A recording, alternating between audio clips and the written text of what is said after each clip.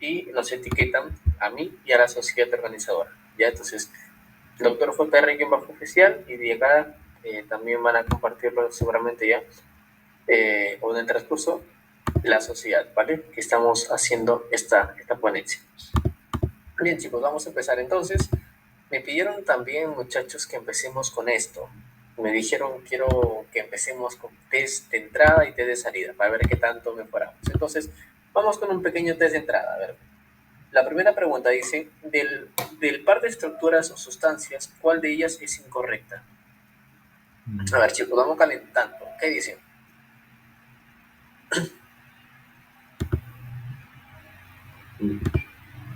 La incorrecta sería la B. La B dicen, ya. ¿Tú por acá? ¿Alguien tiene otra idea? ¿Otra sugerencia? A ver, chicos, no sean tímidos, participen. Adelante, adelante.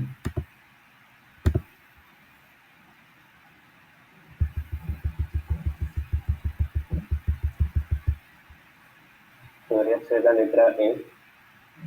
Ya, la E, muy bien. Uno más y lo resolvemos.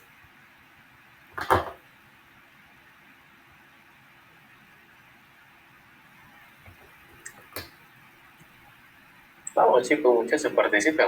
Yo no puedo ver el chat, así que te escucho, Isaac. La E. Ya, Ángela Renato, excelente también, excelente. Bien, primera pregunta nos hace referencia a las células que son parte, pues, en este caso, a nivel endocrino, a nivel pancreático. Recordemos, chicos, y esto lo vamos a ver en la clase, que el páncreas tiene dos grandes componentes, ¿no? El páncreas a nivel endocrino, ya, que produce las hormonas, cuadrátero endocrino o hormonal, pero también exocrino tiene que ver más que todo con la digestión. Entonces, a nivel endocrino tenemos las células beta que producen insulina, claro que sí.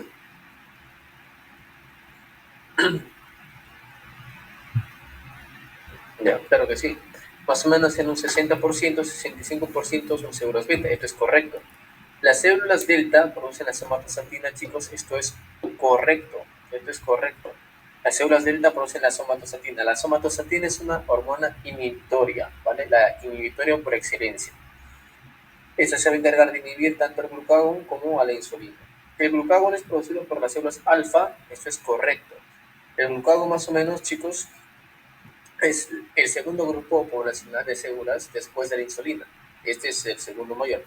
Entonces tenemos la insulina en 60%, es aproximadamente 20-30%, un poquito menos, digamos 80%, que suman un poquito más acá, 25, y el resto de células que nos quedarían, que sería aproximadamente 10, me parece 5, 5, 10, 6, 10, 8, 9, 10% aproximadamente es la somatostatina. Ya más o menos así se distribuyen los grupos celulares. Hay un grupo celular que no está acá, que son las células P, ¿ya? Las células P que secretan el polipéptido PP. Pero esas casi no son mencionadas, casi no se conoce alguna función específica. Se dice que se puede asociar a la digestión, al proceso del hambre, pero no son tan preguntadas. Y las células dice, las exocrinas producen quimiotripsinógeno, sí, como les digo, tiene que ver con la digestión. Ya, la tripsina, el quimiotripsinógeno son enzimas pancreáticas que intervienen en el proceso de la digestión. Pero la S es falsa. Pues, ¿por qué? Porque, chicos, la gastrina es una hormona que se produce en qué tipo de células.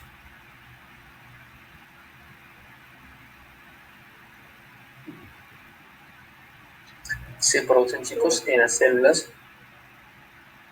Dilo. Las células G, ¿no? Las células G. E interviene esta gastrina en la estimulación, ¿no? Por lo que vendría a ser en la formación del ácido clorhídrico, ¿vale? Las células G. Por acá hay tumores, quizás lo van a hacer, los tumores que hiperproducen gastrina, los famosos gastrinomas, ¿no? Que como producen mucha gastrina, hay mucho ácido clorhídrico, hay mucha acidez, hay alteración a nivel de los intestinos, porque esa acidez pues, va a terminar ulcerando y aparece pues una hemorragia digestiva alta en cierto grupo de pacientes que tienen gastrinomas. ¿Va? Por eso seguramente escucharás un famoso síndrome que es el síndrome, a ver, síndrome de, ¿cómo se llama? Síndrome de, que produce mucha gastrina, diarreas, hay un tumor. Sí, es Edison, algo así, lo he escuchado, no había leído. Excelente, hermano, síndrome de Solinger-Edinson. Entonces, listo, esa es la primera pregunta. Vamos con la segunda. Tenemos Adam, en la 2021, dice, paciente de 43 años, mira, IMC 34. Este IMC, ¿qué es? ¿Obeso, normal? ¿Y si es obeso, grado 1, grado 2?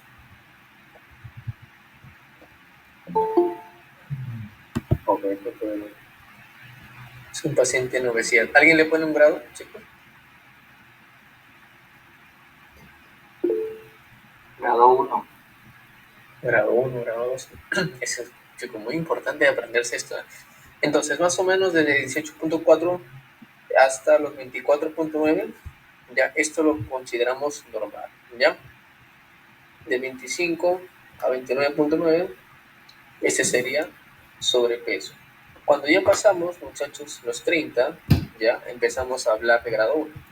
Entonces va a 34.9, sería de 35 hasta 39.9, viene a ser, este es obesidad, grado 1, obesidad, grado 2. Si te das cuenta, va de 5 en 5, ¿no? O sea, 5 sobrepeso, 5 más obesidad, 5 más obesidad grado 2. Cuando ya pasa más de los 40, chicos, eso ya es obesidad grado 3, obesidad mórbida.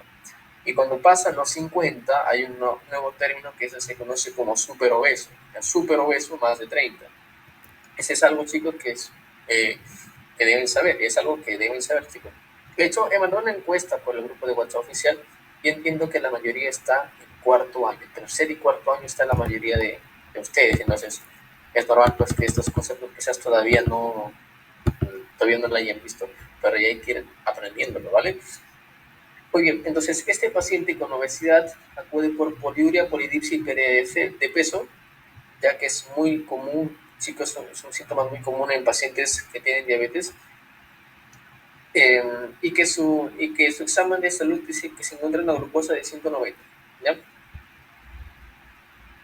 Dice, ¿qué decisión tomaría en base a este resultado? ¿Qué harían, chicos, ustedes?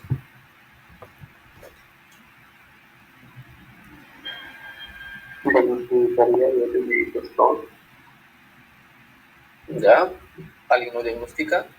Vamos con la siguiente, ¿alguien más? Dice, ¿lo diagnosticarían también? Si se encuentra perdiendo peso, podría ser diabetes mellitus tipo 1. Ya, comenta que podría ser diabetes mellitus tipo 1. Diabetes tipo 2 por la edad debe ser. Ya puede ser tipo 2. Vamos a ver las diferencias entre el tipo 1 y tipo 2 durante la clase, ¿ya? Pero chicos... La C sería la respuesta. La C, excelente. La C, muchachos, vamos a ver que tú no puedes diagnosticar a un paciente con diabetes solamente con una sola prueba. En este caso hay varios criterios de diabetes. Vamos a conocer a detalle cuáles son los criterios de diabetes, ¿ya? Pero para que te hagas una idea, la única manera de diagnosticar a un paciente con diabetes con una sola prueba, que se llama glucosa al azar, es que ese resultado sea mayor a 200 miligramos por decilitro. Si es que tú tienes una sola prueba, tienes estos síntomas más esta prueba, allí sí, te basta eso para que tú digas paciente diabético. Ya no necesitas más. Pero si es que no tienes ese caso, entonces en este caso tenemos un paciente con factores de riesgo, tiene los síntomas y una glucosa que está elevada. ¿Ya? Lo que tú tienes que pedirle, chicos, de entrada a un paciente, en este caso, es pedirle una segunda glucosa en ayunas. Entonces, si tiene ya una glucosa en ayunas patológica, se le debe pedir una segunda glucosa adicional.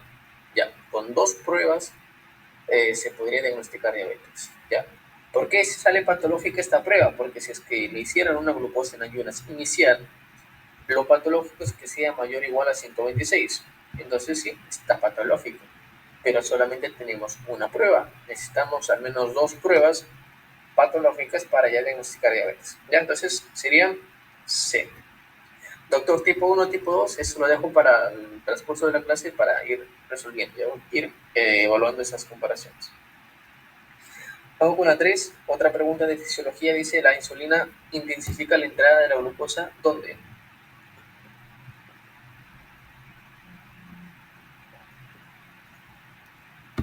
Enano. Ya, todos los tejidos, uno.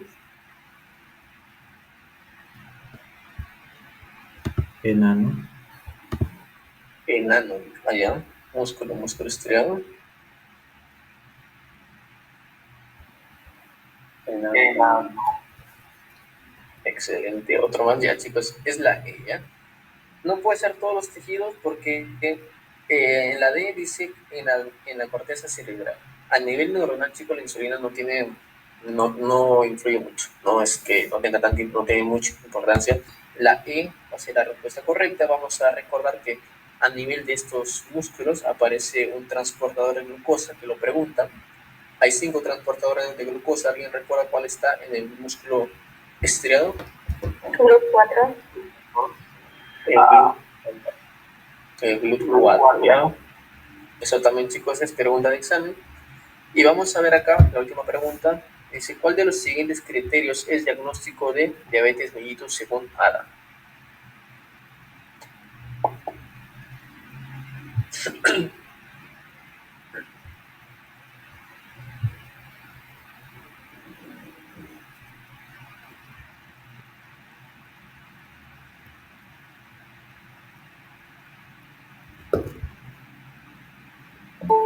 Avión. Claro, por ahí no me dicen. La A.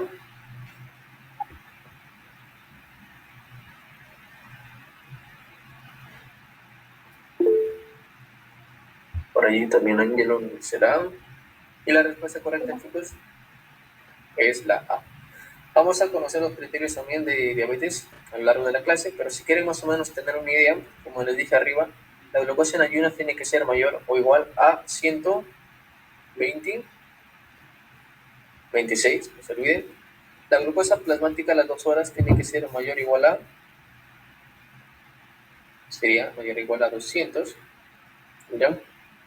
Y la glucemia, en este caso, la glucemia ocasional sería también, chicos, 200, ¿ya? 200. Si te tocan una glicemia, así como te digo, al azar, tiene que ser mayor a 200 miligramos por decilitro para que diagnostiques diabetes. Y esta sí cumple, porque la hemoglobina glicosilada tiene que ser mayor o igual a 6.5, ¿vale? Bien, empecemos ahora, chicos, ya dentro de la clase. Empecemos entonces con la fisiología, que va a ser el enfoque de esta sesión, ¿vale? Entonces, el páncreas, muchachos, el páncreas es un órgano que tiene funciones tanto exocrinas como endocrinas. ¿Por qué? Porque presenta los acinos pancreáticos, que es parte, ¿no?, de la digestión, por ejemplo, de la digestión de las grasas, las famosas lipasas pancreáticas. Hay todo un proceso que se da a nivel del páncreas. Tiene todo un conducto que le permite básicamente dirigir las enzimas pancreáticas para que luego cuando se lleguen al duodeno se activen o se activen estas enzimas a nivel intestinal, y eso permite la digestión de las grasas, entre algunas funciones que presenta. Ya cuando eso se altera y, por ejemplo, hay una activación precoz dentro del mismo páncreas, aparecerán famosas pancreatitis, ¿no?, que seguramente lo has escuchado o lo verás más adelante. Esto es en cuanto al nivel exocrino. La clase se va a enfocar a nivel endocrino. Entonces, a nivel endocrino recordamos que aparecen los famosos islotes de Langerhans, que básicamente es la unidad anátomo-funcional del páncreas. Es como el glómero, ¿no? O como la nefrona, perdón, la nefrona para el riñón. Así, la nefrona para el riñón es la unidad anátomo-funcional del riñón. O sea, ¿qué es eso? ¿Qué significa eso? Significa que es la unidad más pequeñita del páncreas que cumple las funciones o que representan las funciones que realiza a nivel endocrino. Entonces, acá te he traído un islote, mira. Acá tenemos el islote, lo hemos hecho grandote, y vemos que existen varios grupos celulares. Las células que más nos importan, como ves acá las azulitas, son más abundantes, son conocidas como las células beta. Y las células beta, chicos, producen la famosa hormona llamada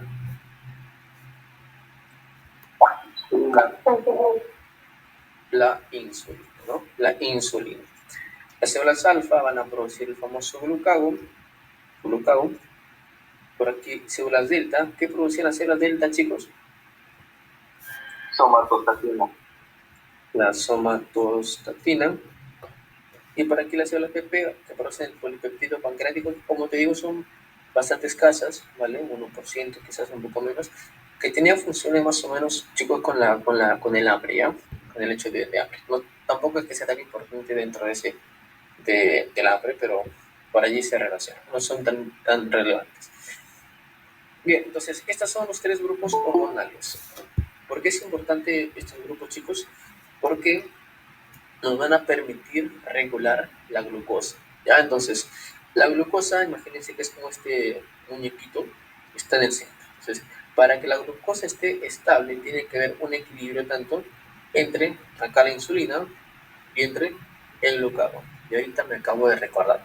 Hay una canción, chicos, bastante chévere de un canal de YouTube que se llama Casi Creativo, ¿no? Seguramente lo han escuchado o lo han visto. Les recomiendo, de la insulina y el glucagón. Hace una canción de insulina y glucagón. A ver, lo voy a colocar quizás a mitad de la clase para que la escuchen, de verdad. Pues es increíble. ¿Por qué? Porque con una canción te lo recuerda mucho mejor, ¿no? Si estás llevando oficio, lo vas a recordar, lo vas a aprender mucho mejor. Bien chévere. Entonces, ¿qué pasa, muchachos? La insulina y el glucagón son hormonas básicamente que tienen funciones opuestas, ¿ya? Mientras uno jala a la izquierda, otro jala a la derecha. ¿Cuál es hipoglicemiante de las dos? Insulina. La insulina. La insulina se encarga de bajar la glucosa, ¿no? En términos generales, la insulina lo baja, el glucagón la sube. Entonces sube la glucosa. Y así se mantiene un equilibrio. Debes saber que la somatostatina es una hormona, como te digo, inhibitoria, que va a mandar señales controlando a esas dos hormonas. Ya, estas hormonas interactúan también entre ellas. Si sube mucho el glucagón, la insulina pues también como que dice, oye, no subas tanto, yo también quiero subir para bajar un poco. Entonces interactúan esas hormonas para mantener una glucosa de forma adecuada, ¿vale? Antes de pasar a las funciones de estas hormonas de forma más precisa, quiero recordarte un poquito de cómo se secreta la insulina. ¿Ya? Esto es preguntado, chicos, hay cosas acá que preguntan y cosas que se ven a nivel de laboratorio, a nivel clínico, para que tú me entiendas de dónde salió. Entonces, ¿qué pasa? ¿Cuál es el principal estímulo, por ejemplo, para la liberación de insulina? Si es que te preguntan, ¿cuál es el estímulo más importante? El aumento de la glucosa. Muy bien, entonces, ¿qué pasa? Hay un aumento de la glucosa. Ahorita, por ejemplo, hemos cenado, ¿no? Creo que muchos hemos cenado. Si es que todavía no cenan, pues entonces, bueno, todavía no se activa tu insulina, pero si es que has cenado, generas un aumento de la glucosa. ¿Ya? Entonces, todo lo que has cenado empieza a digerirse, aumenta la glucosa. Para que tu glucosa no se mantenga elevada de forma constante, se activa la insulina. ¿Y qué hace? Entonces, si tú te comes un pan con pollo, te comes proteínas, te comes carbohidratos, vas a activar a tu insulina. ¿Ya? Entonces, viene la glucosa por acá, y esta glucosa va a activarse en las células, o va a mandar una señal en las células beta. ¿Ya? A nivel de las células beta, chicos, se va a dar la producción, como te digo, de insulina. Y ese proceso va a iniciar aquí, mira. Podemos decirlo que las partes, todo el proceso de formación, cuando vemos a nivel del retículo endoplasmático, vamos a ver que la insulina va a tener como que dos componentes, o sus predecesores, por así decirlo. Tenemos acá, mira, una estructura peptídica. Acuérdate que tanto el glucagón, chicos, como la insulina, son hormonas de tipo peptídicas, no te olvides. Hay 3 grupos hormonales, si es que por allí vamos recordando, hay 3 grupos hormonales. Uno son los peptídicos, que tienen que ver como de proteína, peptídico. Otro tiene que ver con las hormonas esteroideas, y por otro lado las hormonas amínicas, ¿ya? Por si acaso te has olvidado, entonces te doy un contexto. Las hormonas que hablemos hoy día son hormonas peptídicas, y como son peptídicas, navegan básicamente libres por el plasma, o sea, no necesitan unirse a una proteína para navegar por el plasma. Ahora yo te pregunto, a ver, ya que nos salimos, ¿cuáles de estas dos de acá necesitan, bueno, cuáles necesitan pues característicamente unirse a una proteína para ser transportada? Las esteroideas. Las hormonas esteroideas, ¿no? Muy bien. Aunque las amínicas también necesitan unirse. Pero lo típico, el ejemplo que siempre lo preguntan son las esteroideas. ¿Por qué? Porque al ser lípidos no pueden desplazarse básicamente por la sangre, por el plasma, que es agua. Entonces, lo que es el lípido, necesitan unirse a un carrito transportador. Y siempre lo comparo así. Si tú eres grasa, no puedes viajar solo. Tienes que unirte a un carrito transportador que en este caso la albúmina, su carrito, su proteína que los transporta. Bueno, ahí cortamos, ¿ya? Volvamos a la insulina, chicos. Tenemos acá la glucosa. La glucosa viene, activa tu célula beta y empieza la formación entonces de la insulina. Si te das cuenta, está formado por un péptido señal que, como dice, va a estimular, va a indicar para que se empiece a formar. Primero tenemos una preproinsulina que al ir avanzando, se va a transformar en una proinsulina, aún unido al péptido C. Ojo al péptido C. Date cuenta que va a ser muy importante, chicos, el péptido C. Y luego, conforme va evolucionando la insulina, si esto se separa, acá está unido, mira, date cuenta, unido, ya casi separar. La insulina viene por acá, el péptido C ya está separado por arriba, otra estructura, son dos distintas, y cuando la célula B tiene que expulsarlos, ¿ya? Vas a ver que por acá se expulsó tu insulina, esta es tu insulina, y por acá se expulsa el péptido C.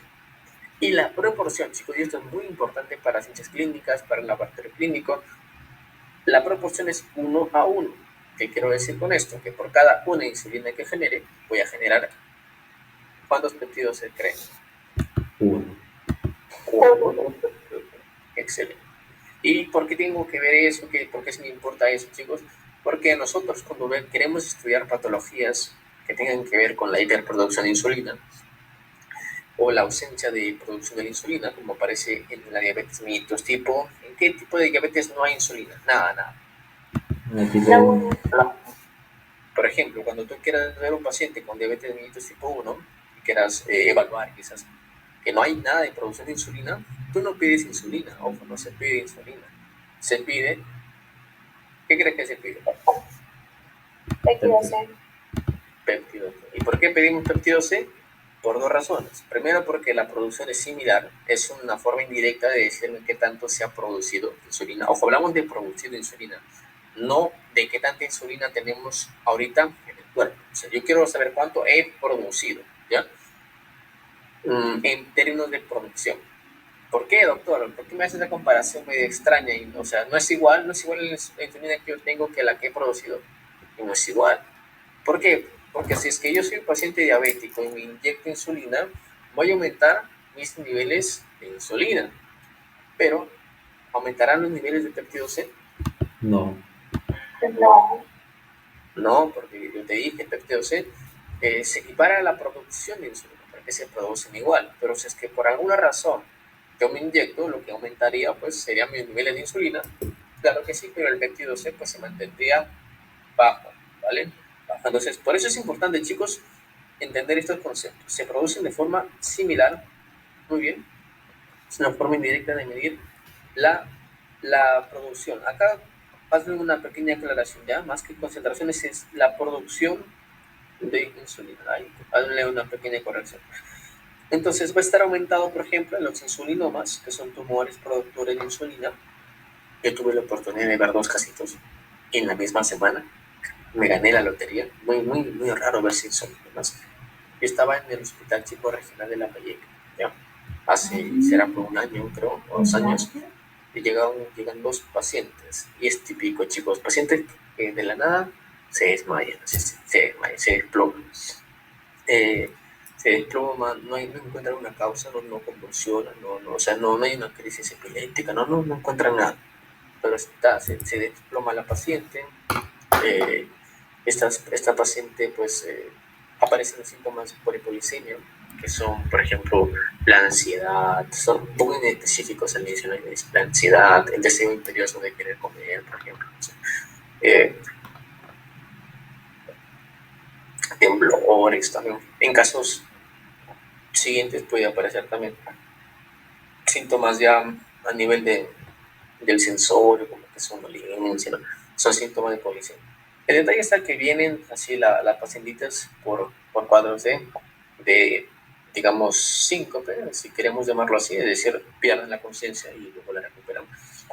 Y se hacen los estudios y se encuentra un tumorcito a nivel de qué células. ¿Qué células crees que estén con el tumor? Células Sellas beta. beta. Las células beta, ¿no? Un tumor de células beta. Esta produce insulina, constante insulina. Entonces, ¿qué pasa? Tú a esta paciente le puedes pedir su péptido C y el péptido C puede estar por las nubes. ¿Ya? Si le pides su péptido C, por ejemplo, va a estar por las nubes. En un diabético tipo 1 que no produce nada de insulina, está suprimido, pues va a estar mal. Bien. Entonces, hasta ahí ya hemos visto cómo se produce la insulina, la importancia del péptido C. Ahora, ¿qué pasa con la insulina que se ha producido? Esa insulina que está navegando, chicos, como te digo, chicos, la insulina es una hormona. Y hay que entender que es una hormona. Entonces, ¿qué es una hormona? Una hormona, chicos, es un mensajero químico, así lo llamo, un mensajero químico. Es como un mensajero, porque es un mensajero, ¿no? Envía un mensaje de un lugar a otro lugar. Entonces, la insulina es un mensajero, me va a enviar un mensaje. Y ese mensaje, para que llegue, tiene que llegar pues a un lugar específico. Eso es característico de las hormonas. Una hormona, cuando se transmite, necesita llegar pues a una zona determinada para hacer su función. Sí, son bastante selectivas, bastante específicas. La insulina no actúa en cualquier lado, solamente actúa donde está el receptor ideal para que interactúen. Ya, si es que no hay receptor, no actúan. Y por aquí aparece la diabetes. Te voy adelantando. Hay una alteración en los receptores. Entonces, como ahí está alterado los receptores, la insulina no actúa como debe y por allí te sube la glucosa. No puede ejercer su función si es que no hay una buena función de los receptores. Entonces, la insulina, como buen mensajero, envía el mensaje a una zona donde está apta para recibir. Y aparecen los receptores de insulina. ¿Alguien sabe qué tipo de receptores? Tirosin quinasa. Muy bien, de tirosina, quinasa, ¿no? Quinasa. Esa es pregunta de examen, chicos, en fisiología, pregunta de examen, tirosina, quinasa. Entonces viene la insulina, se une a su receptor, y en el receptor pues va a actuar y va a desplegar un conjunto de señales a nivel intracelular. Pero si te das cuenta, la insulina ingresa a la célula, chicos, ingresa. No ingresa. No ingresa. Si te preguntan, ¿las hormonas peptídicas ingresan a las células? No. No ingresan.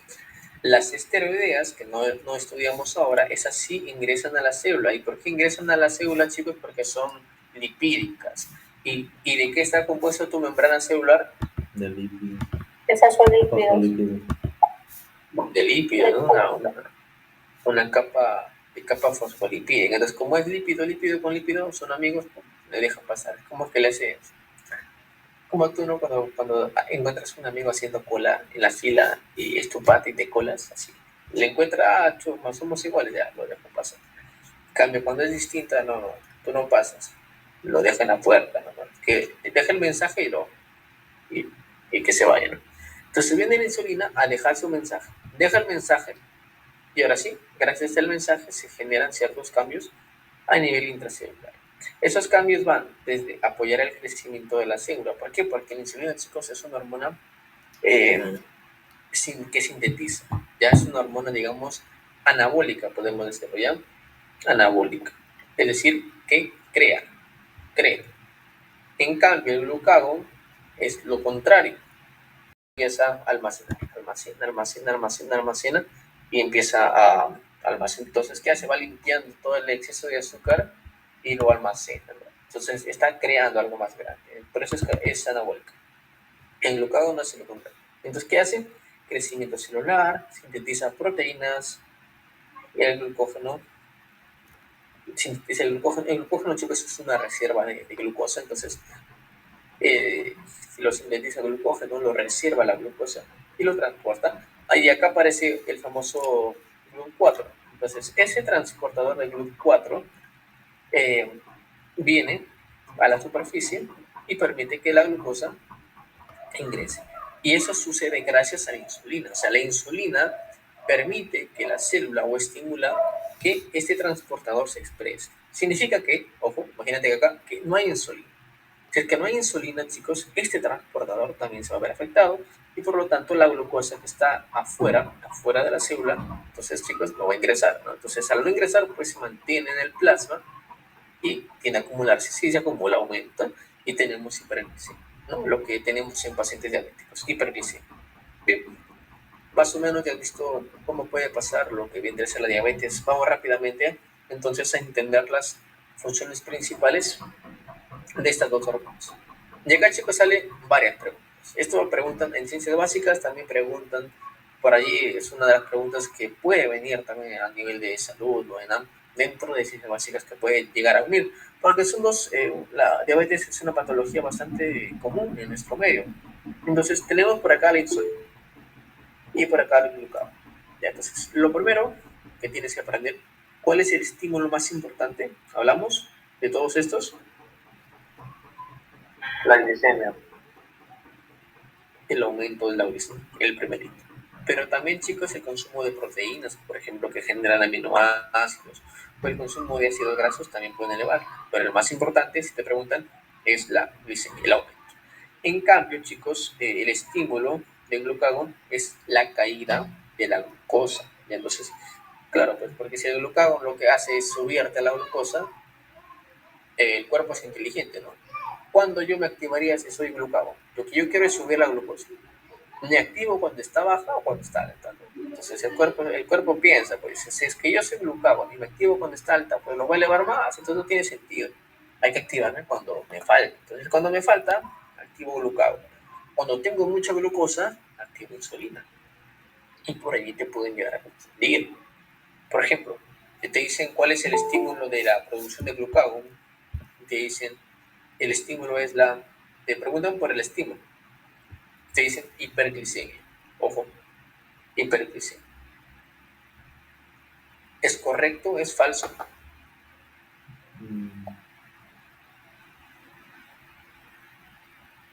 ¿Cuánto? Es falso, ¿no? Pero si te dicen el glucagón es una hormona hiperglicemiante, ¿es correcto? ¿Es falso? Es correcto. Correcto. Es correcto. Entonces, ahí en ese juego de palabras, algunos pues nos confundimos. Entonces, ¿qué pasa? El glucagón, chicos, como te digo, se activa cuando la glucosa es baja. Ese es su estímulo. Entonces, cuando hay una hipoglicemia, me activo. Pero ¿para qué me activo?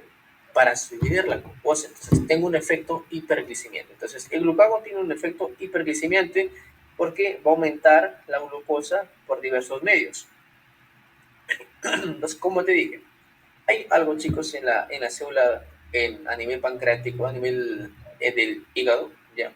En el hígado hay una estructura que es como te explicaba, es como una mina de glucosa. Esa mina de glucosa se conoce como glucógeno, ¿ya? Que son reservas de glucosa. Entonces, hay varias formas, chicos, de aumentar la glucosa. Uno, que venga acá el hígado y rompa esto, o sea, te rompa la reserva, así como está todo reservado, te rompe, o sea, se libera todo el componente. Eso se llama lisis. Lisis hace referencia a destrucción. Y como este es el glucógeno, hay que destruir al glucógeno. Entonces, el glucógeno, lisis. Voy a destruir al glucógeno.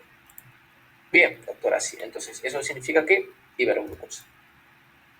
Doctor, ¿hay otra forma de aumentar la glucosa? Sí, formando glucosa, perdón, formando glucosa, mejor dicho. Tenemos gluconeogénesis. ¿Qué significa? Voy a formar glucosa a partir de aminoácidos generalmente. Entonces, los aminoácidos que se forman en las proteínas también pueden ser transformados a glucosa. Y esa glucosa, pues, hace que aumente entonces la glucosa en el plasma. Entonces formamos glucosa. Muy bien. También puede aumentar la lipólisis y por ello también aumentar la producción de cetoácido. ¿Por qué? Porque cuando aumentas la destrucción de lípidos, se va a formar por allí también compuestos tóxicos, que son los cetoácidos. Entonces, se forman cetoácidos. Importante, sí. ¿Por qué? Porque cuando un paciente forma muchos cetoácidos, aparece una complicación interesante que tiene ese nombre, así. ¿Cómo se llama? Cetotoxicidad. Cetoacidosis diabética, no muy frecuente en diabetes mellitus tipo 1 o tipo 2. Tipo 1. Tipo 1. ¿Por qué es tan frecuente en la tipo 1? Porque en la tipo 1, chicos, como no hay nada de insulina, entonces sí, esto, chicos, al carecer la insulina, básicamente las hormonas del glucagón es como que se queda solito, pues, ¿no? A sus altas y anchas. Y aumenta entonces todo esto. Todo esto que ves acá se expresa de forma exagerada y por lo tanto hay mucha glucosa y por lo tanto hay muchos cetoácidos, hay una cetoacidosis diabética, ¿ya? Que puede llegar a ser fatal dependiendo la gravedad y el paciente puede acabar con una deshidratación extrema, un desequilibrio hidroelectrolítico que le lleve a la muerte, ¿ya? Bien, hemos visto glucagón. Vamos a que ver la insulina entonces. La insulina, chicos, es lo opuesto. Entonces, ahora te preguntas cómo hago yo que la glucosa baje de la sangre. Entonces, doctor, tengo mi músculo acá, este es mi músculo esquelético, muy bien, y tengo acá mi glucosa que está en la sangre. Entonces, ¿cómo hago yo que la glucosa salga de la sangre? Pues me la meto al músculo, ¿no? Entonces, captación de la glucosa en las células. Doctor, yo acá tengo una reserva de glucógeno, quiero formar glucógeno. Entonces, eso se llama glucogenogénesis, ¿ya? Glucogenogénesis. Entonces, el que se encarga de formar glucogenogénesis es creación, ¿no? Génesis es la creación, es la formación. Entonces, el glucogenogénesis es formar glucógeno. Y acá, chicos, algunos también se confunden. Si te dicen, ¿cuál es la hormona encargada de la glucogenogénesis? O sea, tú sepáralo, pues acuérdate que el glucógeno es la estructura que almacena glucosa.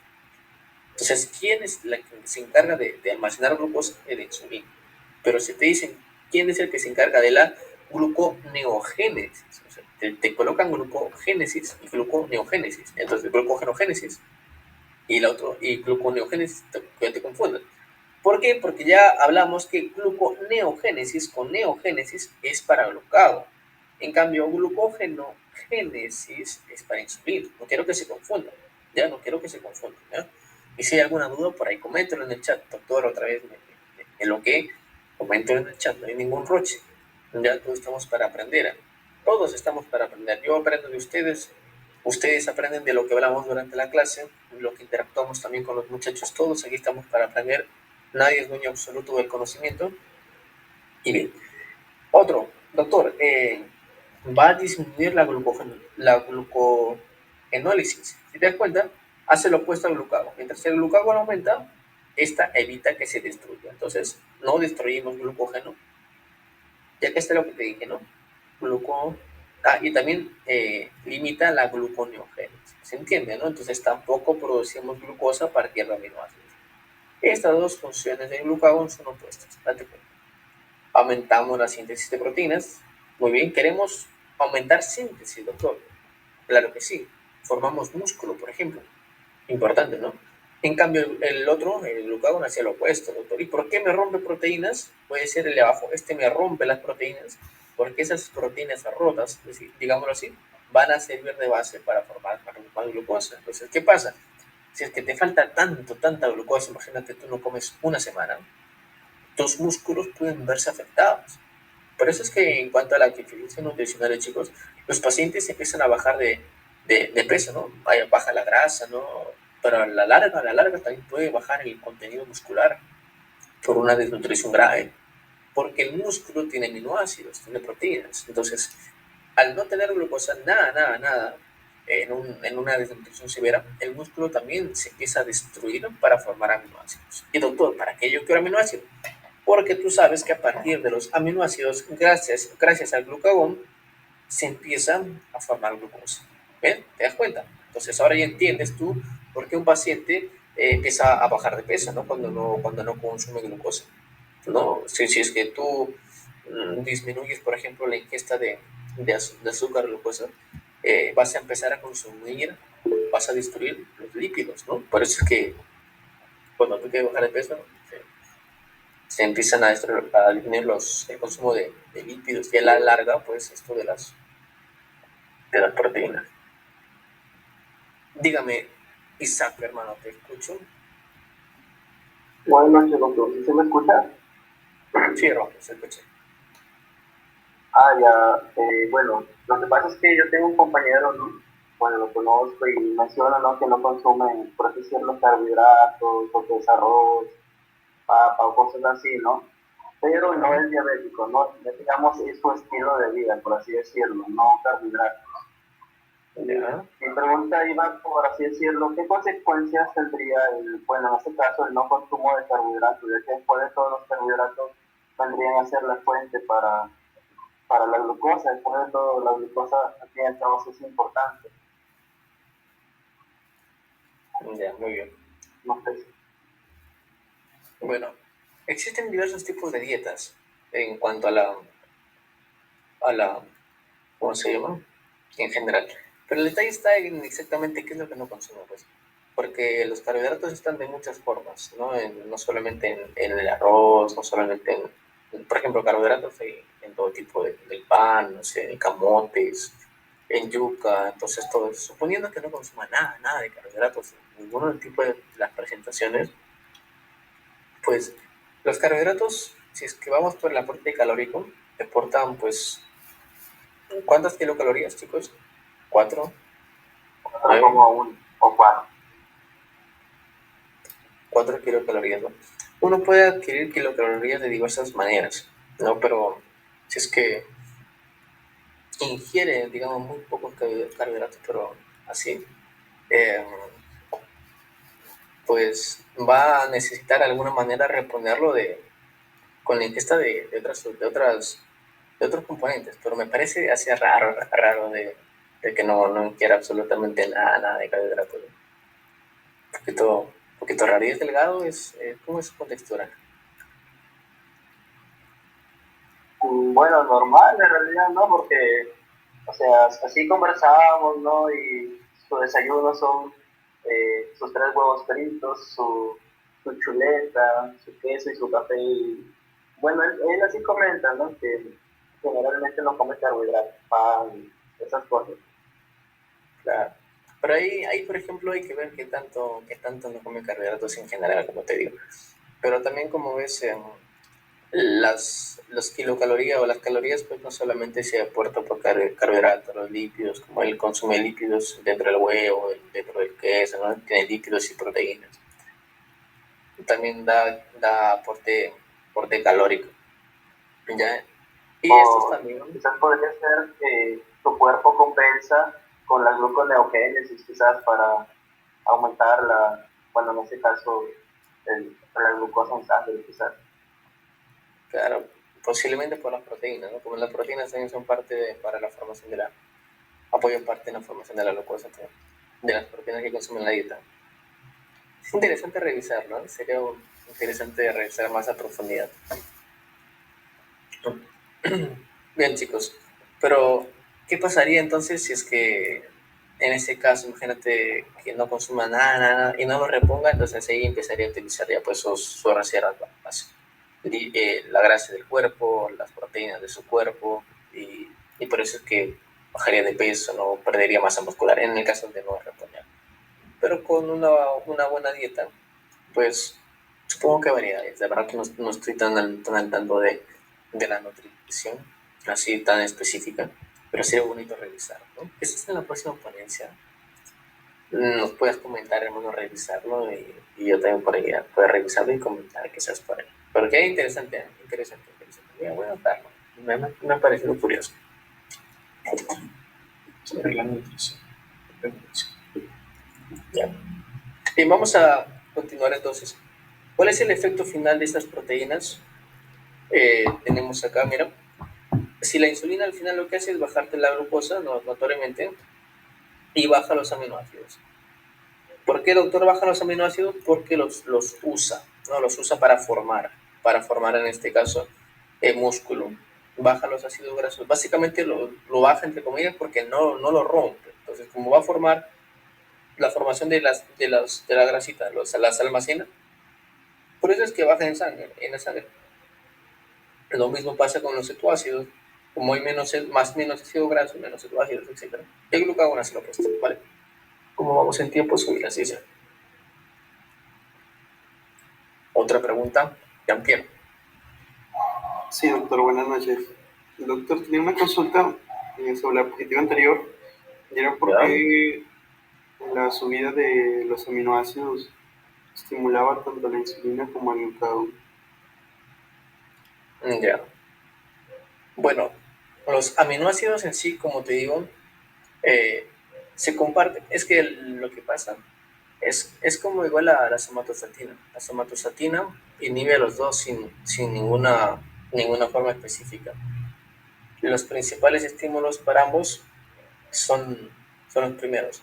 Y pueden tener, en este caso, funciones compartidas. No necesitan, pues, que, digamos, sean específicos entre ellos. La razón específica de por qué lo podría estimular a ambos así de forma fisiológica, no te la podría responder. Ya no te digo, existe este mecanismo y por este mecanismo lo estimula a los dos. No podría responderte esa pregunta. ¿Ya? Pero dentro de la medicina, pues es como que, digamos, no es que un solo mecanismo te estimule siempre a cosas opuestas. Ya puedes encontrar estas peculiaridades. ¿Ya? Pero bueno, buena pregunta, pero es interesante. Sí, doctor, muchas gracias. Vamos a ir a la siguiente diapositiva.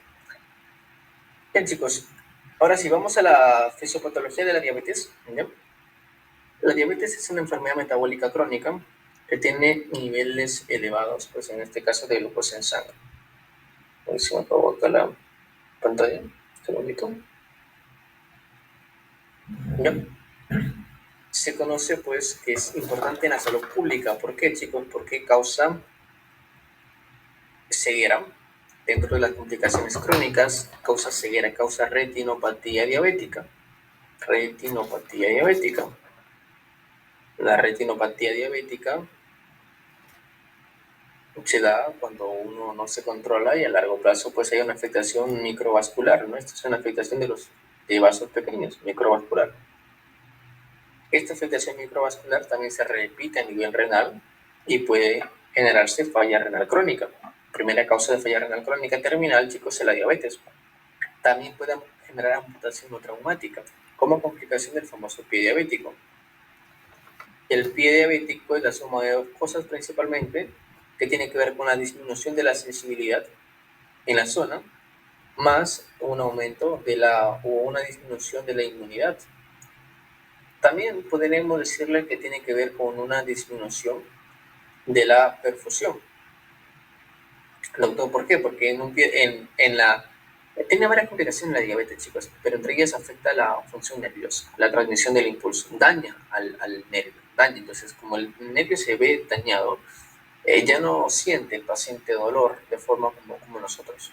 O sea, en el pie puedes pisar un clavo, por ejemplo, ellos casi no se entierran hasta que se infecta. La diabetes, como genera también una disminución de las defensas, es un estado, podríamos decirlo, de inmunodepresión, un poquito de una disminución de la inmunidad, te predispone más infecciones. Y asociado a que la diabetes también afecta al nivel vascular, entonces disminuye una buena irrigación. Acuérdate que en la clase de cardio que tuvimos hace un par de días te hablaba de que si es que no hay una correcta relación entre el aporte y la demanda de oxígeno, eso me genera pues una isquemia, ¿no? Entonces eso pasa a nivel del pie, es isquemia. Hay úlceras y como hay poca irrigación, no hay suficiente forma de sanar esa úlcera, entonces se isquemia, se infecta, se necrosa y aparece el pie diabético. Al final muchas veces se acaba en amputación dependiendo de la gravedad. Por eso es que es muy importante la diabetes, entenderla. Muy bien, entonces vamos con los tipos. Hay dos tipos de diabetes, el más frecuente, dos tipos entre comillas, hay un montón de tipos de diabetes, pero los más comunes son los diabetes tipo 2, ¿ya? Uy, aquí voy a cargar mi cámara. Y el tipo 1, ¿ya? El tipo 2 es la conocida o no por la mayoría de nosotros, que se presenta en la forma adulta. Esta es la más frecuente, más frecuente. Esta se asocia, chicos, en este caso, pues a factores de riesgo, ¿no? A un montón de factores de riesgo. Así como la hipertensión, lo más frecuente es la idiopática, pero se asocia a varios factores de riesgo, ¿no? Como la edad, la obesidad, sedentarismo. Casualmente, esos factores de riesgo, chicos, se repiten algunos acá en la diabetes. ¿Por qué? Porque dentro de los factores de riesgo, vamos a hablar, en este caso aparece el famoso síndrome metabólico, que está compuesto por varios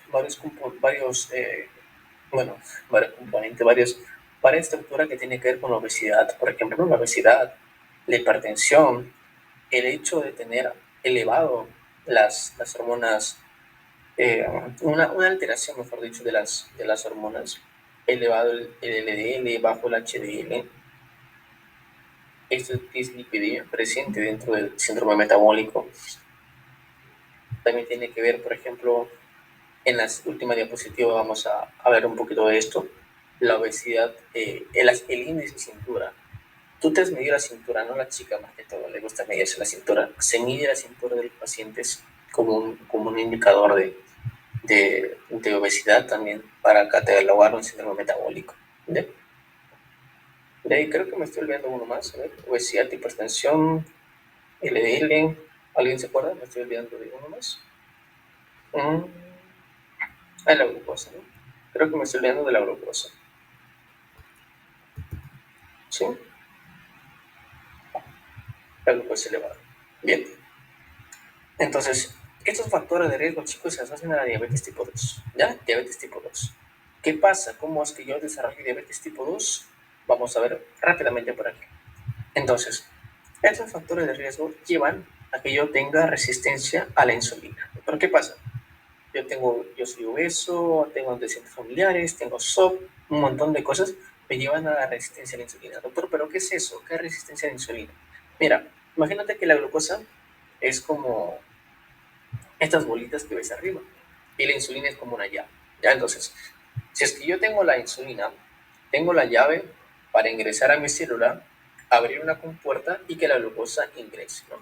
Hablamos que esta llave vendría a ser entonces la insulina. Este receptor sería un receptor de tipo tirosinquinasa. tirosinquinasa, muy bien, muy bien. Y muy bien, y por acá la compuerta que ves que se está abriendo sería un GLUT de qué tipo? 4. Muy bien, entonces esa es la dinámica, chicos. En forma sencilla, la insulina viene a su receptor, tirosinquinasa, abre una compuerta y la glucosa ingresa. ¿Qué pasa en un paciente diabético tipo 2? ¿Qué pasa?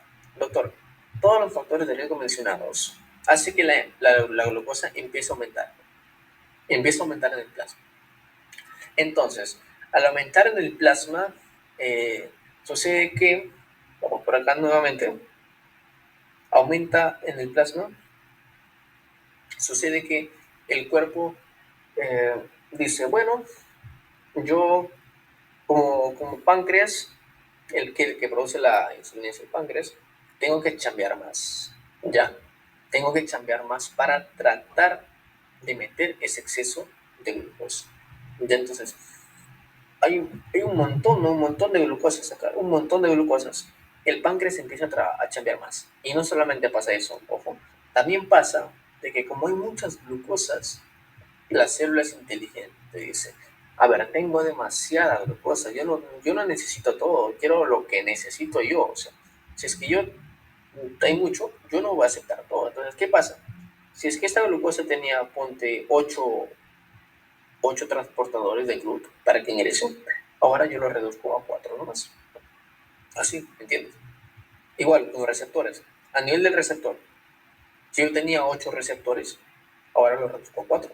Entonces, si te das cuenta, lo que hace la glucosa para la célula para intentar defenderse es disminuir básicamente los receptores para que la insulina pues no lo active y que no me meta demasiada glucosa que yo necesito. Ese proceso podríamos decirlo que se conoce como resistencia a la insulina, chicos, de forma sencilla.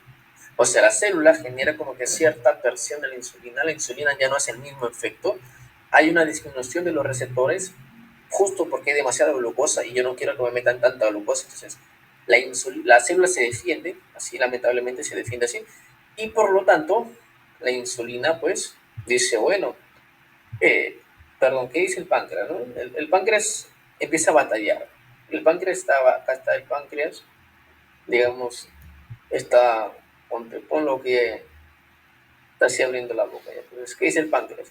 Este dice, a ver, yo estoy aumentando la producción de glucosa, de mis células beta están que aumentan la producción de insulina, pero la glucosa sigue elevada, dice, o sea, de que produzco y no baja.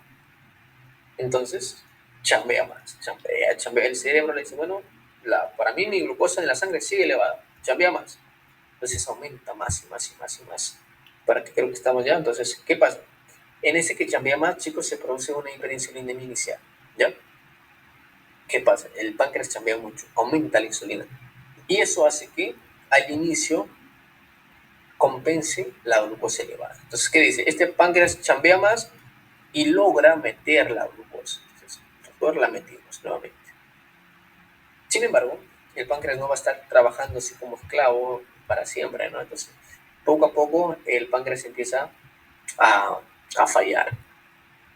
Esa exageración del páncreas que producía mucho empieza a bajar y poco a poco empieza a haber glucosa elevada en la sangre.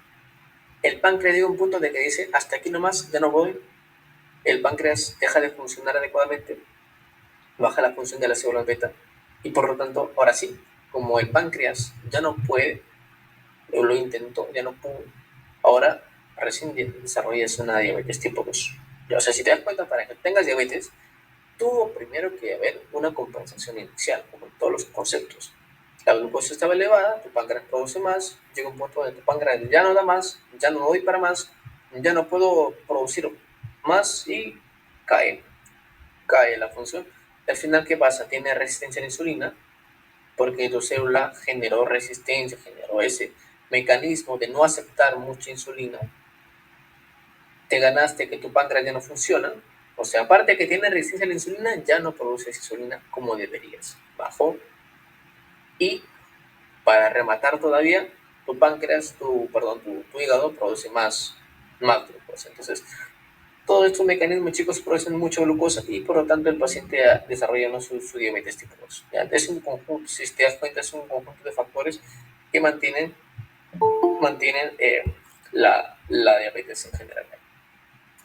Ahora vamos con la diabetes tipo 1, ¿vale?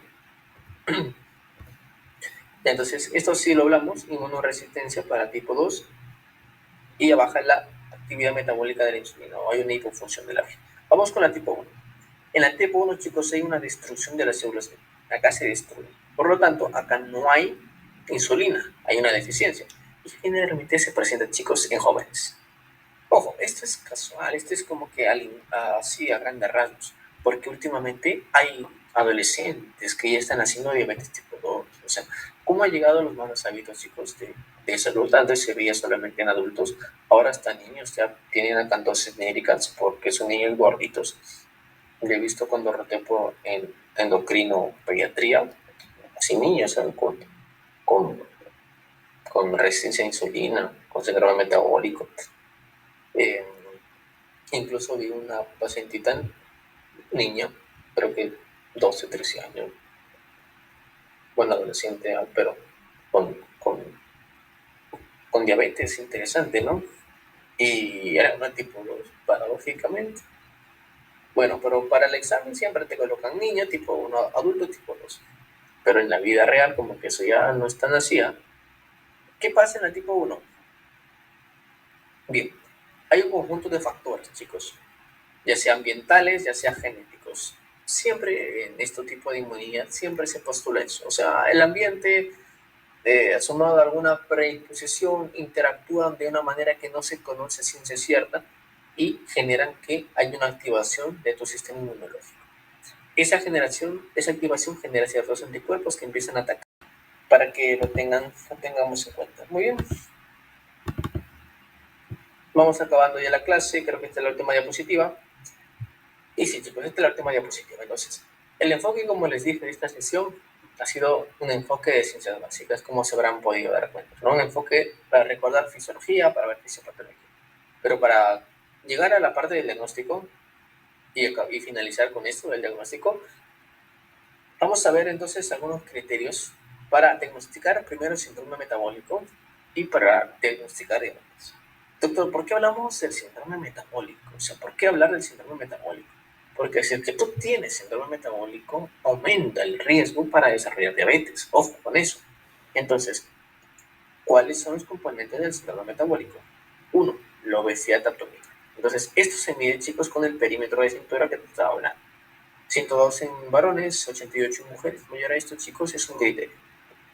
Los triglicéridos, 150 para ambos grupos. Otro criterio, el HDL, menor a 40 en varones, menor a 50 en mujeres. Esto, chicos, no es casualidad de que en los hombres es un poquito más bajo, en las mujeres es un poquito más elevada. Esto tiene que ver con una diferencia entre ambos sexos, ¿no? Con qué hormona influye, que lo hablamos en algún momento de los reparos que hemos tenido, ¿no? Es una carga protectora que lo presentan las chicas. ¿Se acuerdan? Los estrógenos. Los estrógenos, muy bien, los estrógenos, chicos. Los estrógenos en la mujer favorecen el aumento de HDL. Obviamente que los estrógenos lo presentan una mujer que está desde que inicia su periodo fértil hasta que lo finaliza aproximadamente 50 más o menos 5 años en la menopausia, ¿no? Más o menos, por ahí. Si es que ya finaliza la menopausia, caen los estrógenos y por lo tanto aumenta el riesgo de infarto en la mujer, riesgo de osteoporosis en la mujer, aparece sequedad vaginal, aparece alteraciones incluso del estado afectivo, seguramente a sus mamitas, ¿no? Sus mamitas, sus abuelitas, a su mamá, que está más cerca, ¿no? Habrán visto esos cambios, ¿no? En cuanto a su estado de ánimo. Pero todos esos son factores de riesgo que incrementan en la mujer luego de la menopausia por la caída de estrógenos. Otro, la presión arterial mayor a 130 sobre 85. Esto me recuerda al AJA, ¿no? Al AJA 2025, ¿no? Que te dice que mayor a 130 la sistólica y es hipertenso. ¿No recuerdan que en la clase de hipertensión que tuvimos había una diferenciación entre las guías europeas versus las guías americanas? Las europeas te decían mayor a 140 y la sistólica era hipertenso, en cambio las americanas desde las 130 ya lo consideran hipertenso. Y finalmente acá la glucosa, que es mayor a 100. Entonces, mayor a 100, chicos, ya se consideraba dentro de un criterio para síndrome metabólico. 3 de 5 es diagnóstico de síndrome metabólico. Tener síndrome metabólico te predispone a tener diabetes. Ya. Ahora vamos con los criterios para diagnosticar diabetes. Ya. Entonces, viene un paciente, ya, hay que hacerlo así, un pacientito, ya, que tú sospechas porque tiene factores de riesgo para tener diabetes. ¿Cuál es el primer examen que inicias este diagnóstico? Va a ser la glucosa en ayunas.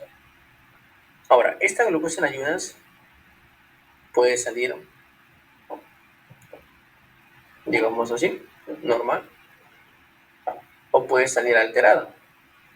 Si es que sale normal, pues se queda todo, ¿no? El paciente está sano. Si sale alterada, ahora sí, ¿qué se le debe hacer si es que sale alterada, chicos? Y esa alteración, digamos, llamámoslo alterada cuando sale en el rango ese negativo, en el rango de diabetes. Acá te he colocado los valores para que te des cuenta. Entonces, es que sale en el rango de diabetes. ¿Te acuerdas qué es lo que debíamos hacer como segunda prueba? ¿Qué pasó? Repetir la glucosa, ¿no? Se repite la glucosa. Muy bien. Doctor, ¿y qué pasa si es que sale en este rango? Entre 126 y 100. Si es que sale en ese rango, en este caso, en el rango intermedio, acá hacemos un segundo examen y nos pasamos para acá, ¿ya? Al test de tolerancia oral.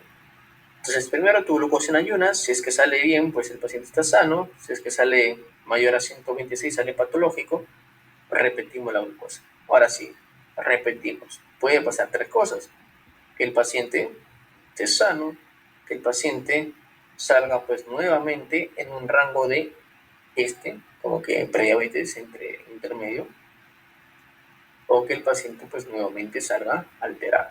Si es que tienes un examen alterado y otro examen alterado, esto era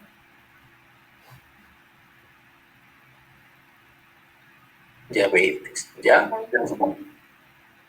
Si tienes un examen inicial alterado y el segundo está normal, mira, esto, chicos, se conoce como glicemia elevada en ayunas, ¿ya? Una glicemia. ¿Por qué? Porque mira, si te das cuenta, el paciente partimos de una glicemia en ayunas alterada, pero tiene en este caso la segunda pues que está normal, entonces en ayunas está alterada. Glicemia elevada en ayunas, ¿ya? Y si es que me sale elevado y ahora me sale indeterminado, podríamos llamarlo intolerancia, porque la última me mide la tolerancia oral, ¿ya? Pero lo que sí o sí quiero que se lleven de la clase de cosas es esto de acá, no se olvide. 1 alterado, 2 alterados, diabetes. Entonces vamos a pasar a las pruebas que viste acá. Son 4 tipos de pruebas que se pueden pedir en el diagnóstico, que están dentro de los criterios. La glucosa en ayunas normal es de menor a 100, patológico, diabetes mayor a igual a 126. ¿no? La tolerancia oral a la glucosa normal menor a 140, patológico mayor a 200. ¿Cómo se mide esto, chicos? Y esto lo preguntan un montón y de varias formas. Le das 75 gramos al paciente y luego de 2 horas evalúas cómo está. Notablemente que como les da glucosa, 75 gramos, la glucosa en este paciente pues va a elevarse, ¿no? Pero esa elevación tiene que ser menor a 140 para que sea normal. Si sale entre este rango es prediabetes, si sale arriba es diabetes, ¿vale? Entonces, muy bien, diabetes. Doctor, también tenemos la hemoglobina glicosilada, ya que es útil para el seguimiento de los pacientes, seguimiento farmacológico. ¿Por qué, doctor? Porque me mide básicamente la glucosa unida al glóbulo rojo. O sea, acá tienes tu glóbulo rojo, acá está su glucosa y está unida. Entonces, doctor, está unida al glóbulo rojo. Por lo tanto, ¿alguien sabe cuánto tiempo vida media tiene el glóbulo rojo? 3 meses. Aproximadamente 110 días. Entonces, esta hemoglobina glicosilada me mide el tiempo de glucosa durante, ¿cuántos días crees? Los últimos 3 meses. 3 meses aproximadamente. ¿Por qué, doctor? ¿Por qué? Porque yo me acuerdo que de la hemoglobina hay un tipo de hemoglobina A1 que es especial. Esta hemoglobina A1C es un tipo de hemoglobina que está fijada o que se une a un azúcar. Entonces acá te dibujo un helado. Entonces acá está unido al azúcar. Y esta unión es irreversible. Entonces, ¿qué significa? Que durante el tiempo de vida de este eritrocito va a estar unido. ¿Y cuándo es normal, chicos? Que esta hemoglobina esté menor a 5.7. Es lo normal. Cuando tú tienes diabetes, sube mucho la glucosa totalmente. Y como tienes demasiada glucosa, va a haber mayor cantidad de glóbulos rojos unidos a la glucosa de forma permanente. Aumenta la hemoglobina glicosilada. Y por lo tanto, mientras más alto, pues se asocia más a diabetes. Mayor a 6.5, mayor o igual a 6.5 es diabetes. ¿Ya? Bien, pero como te digo, generalmente esto no lo usamos o no se usa para diagnóstico como tal, al menos no en nuestro país, porque no tenemos laboratorios estandarizados. En otros países que es más, los laboratorios son más estandarizados, incluso se recomienda la hemoglobina glicosilada, luego que la glucosa en ayunas inicialmente me sale como que en duda. ¿Ya? Entonces, si me sale la glucosa en dudas, yo te dije, Si sale por acá, la primera glucosa en ayunas, normal, y la segunda me salía por acá en duda, indeterminado, se hace el test de tolerancia en el Perú. Pero en otros países que tienen bastante desarrollo, vienen por acá y con ese diagnóstico. Bien. Y finalmente el criterio 4, es tener paciente con síntomas de glucosa elevadas, es decir, las 4P. ¿Recuerdan las 4P, chicos?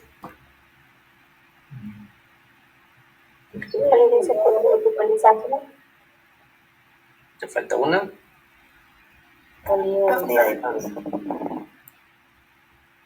Muy bien. Poliuria, polifagia, pérdida de peso. Incluso eso tiene un porqué, ¿no? Tiene un porqué, hay que verlo acá. Vamos acabando la clase entendiendo el porqué. Ahorita lo vemos, ¿ya? Vamos a ver que el diagnóstico, chicos, tiene dos pruebas, no se olviden. Con 2 pruebas se diagnostica, con 2 de las 3 de arriba. No una sola, no, ¿ya? Pero generalmente el orden es este. Una glucosa en ayunas alterada, otra más alterada, diabetes. Una glucosa en ayunas alterada, pero la siguiente me sale indeterminada, le pido su tolerancia. Sale alterada, diabetes. Ya tengo 2 alteradas. Otra, tener una sola prueba alterada, es decir, le tomo un examen de sangre y salió más de 200, en la primera que te salga más de 200, chicos, ese es diabetes, siempre y cuando tenga los síntomas asociados. Ya, diagnóstico. Bien, vamos a ver entonces, para que entiendas cómo un paciente tiene las 4P. ¿Ya? Tóquenos. Doctor, esta es tu célula, ¿ya? Del músculo y así. Entonces, tu célula que pasa en un paciente diabético, como ya no tienes insulina, significa que la glucosa está aumentada en el plasma, ¿no? Un aumento de la glucosa. Doctor, no tengo insulina.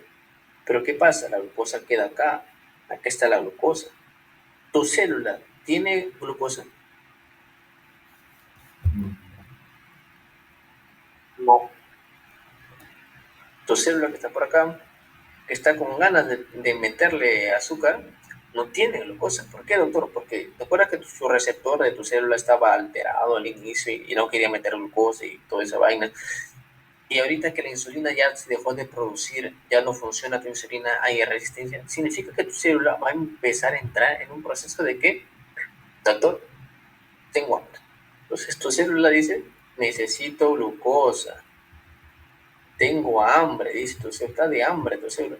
Entonces, multiplícalo ese hambre por todas las células que tiene en tu cuerpo, digamos, el paciente empieza a sentir, chicos, que no ha comido, ¿vale? Porque de alguna manera necesita energía. La célula entiende que no tiene energía y por lo tanto aparece la polifagia. Aparece, chicos, la polifagia. ¿Qué pasa? Hay mucha glucosa. El exceso de glucosa, chicos, ¿qué crees? Tu cuerpo dice, lo voy a dejar todo en el cuerpo. No. ¿Cuál es el órgano que va a venir por acá y va a tratar de largar glucosa? Aquí. Acá viene. Este es tu. Bueno, no tienes. Este es tu nefrona, ¿ya? ¿Dónde está la nefrona? A nivel renal. Esta es tu nefrona. Acá están tus túbulos renales. Y la glucosa va a ser eliminada por la orina. Esa es glucosuria. Normalmente, chicos, no hay glucosa en la orina. Entonces, ¿qué pasa? La glucosa es un osmolito, digamos, es activo. Y entonces tiene, digamos, esa capacidad de que cuando se mueve, moviliza agua. Doctor, aparece. Entonces, ¿qué pasa? ¿Qué pega aparece? Poliuria. Doctor, estoy perdiendo agua. ¿Qué crees que pase a un paciente que pierde agua? Polidipsia. Polipsia. Y la última P de pérdida de peso, pues, en casos ya extremos, avanza la enfermedad, tanto es el consumo de la célula que empieza pues a hacerse autoconsumo, o sea, una autofagia. O sea, ¿por qué? Al final hace pérdida de peso, pues, porque ya empieza a destruir, digamos, la masa muscular para intentar formar más energía. O sea, sí tiene glucosa el paciente, tiene glucosa, pero no le sirve, pues. O sea, tiene glucosa, pero no la usa. El cuerpo cree que no tiene y por lo tanto trata de generar más. Por eso al final también baja de peso. Bien. Muy bien, ya has entendido las 4 P's. Alfagia, peso, poliuria, polidipsia. Ahora sí, chicos, vamos al post-test. A ver qué tanto hemos aprendido hoy día. Pregunta número 5. ¿Cuál es la hormona secretada por las células alfa de los islotes pancreáticos que aumenta la glicemia? El glucagón. Muy bien, Ángela, Dalila, por ahí también por el chat, Isaac. Muy bien. Glucagón. Excelente. A ver, vamos por las 6. Vamos con un casito clínico. A ver. Una paciente mujer de 11 años, mira, con peso adecuado para su talla y edad, se encuentra una glucosa en ayunas de 126. Listo. Primera glucosa en ayunas, 126.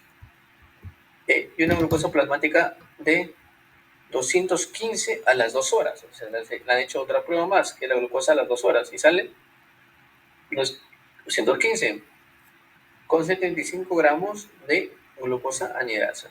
El péptido C es indetectable. Uy, no hay péptido C. Está recibiendo tiroxina por una patología tiroidea. Y además está recibiendo hormona T4 porque posiblemente tiene una tiroides de Hashimoto. Bien. Ahora sí, ¿qué marcan ustedes, chicos? Enano. Enano. Uno marca la A, otro marca la E.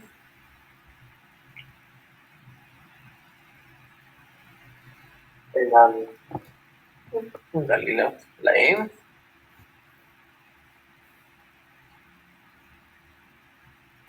Ángela.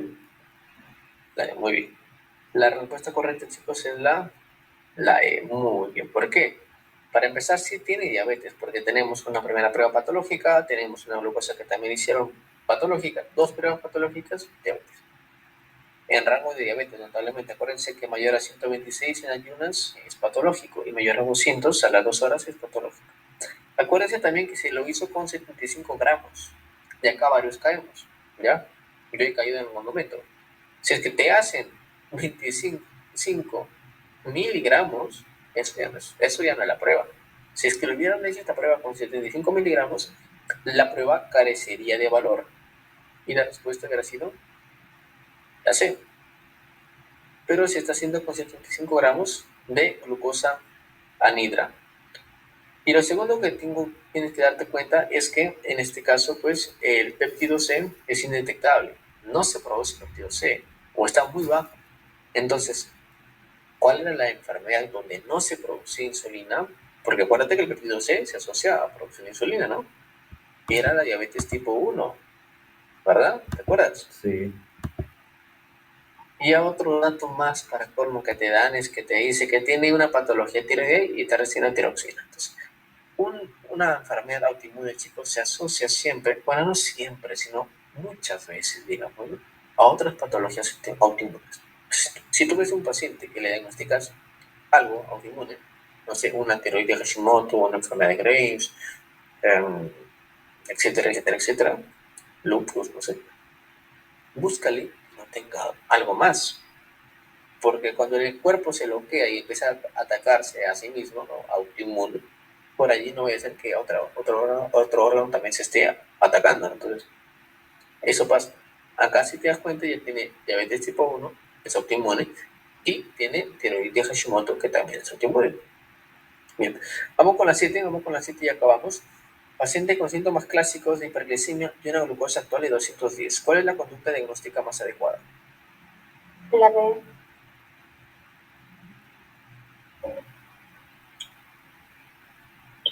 La B. Ya tengo una B y una D, creo que dijo la primera. Otra B. B. Ah, ya B. B, muy bien. Muy bien, la B. La B de B, muy bien. Vamos con la última. Varón de 44 años. Dice una glicemia que se encontró en 139, ¿no? ¿Cuál es la indicación que debería seguir usted? La Muy bien, ¿no? Avión. Muy bien.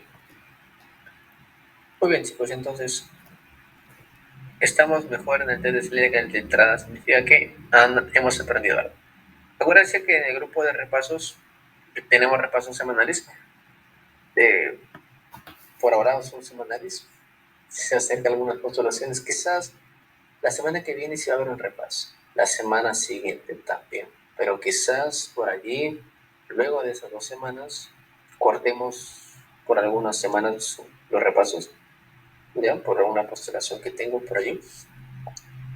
Pero bueno, aprovechen mientras nos veamos, ¿ya, chicos? Entonces, tenemos los repasos por el grupo de tutorías. Ya llevamos 6 repasos seguidos todas las semanas. Y el otro grupo es el grupo de WhatsApp. Que, bueno, últimamente ya no estoy haciendo en vivos porque mi PC se cargaba muy lenta cuando hacía los en vivos. Y bueno, por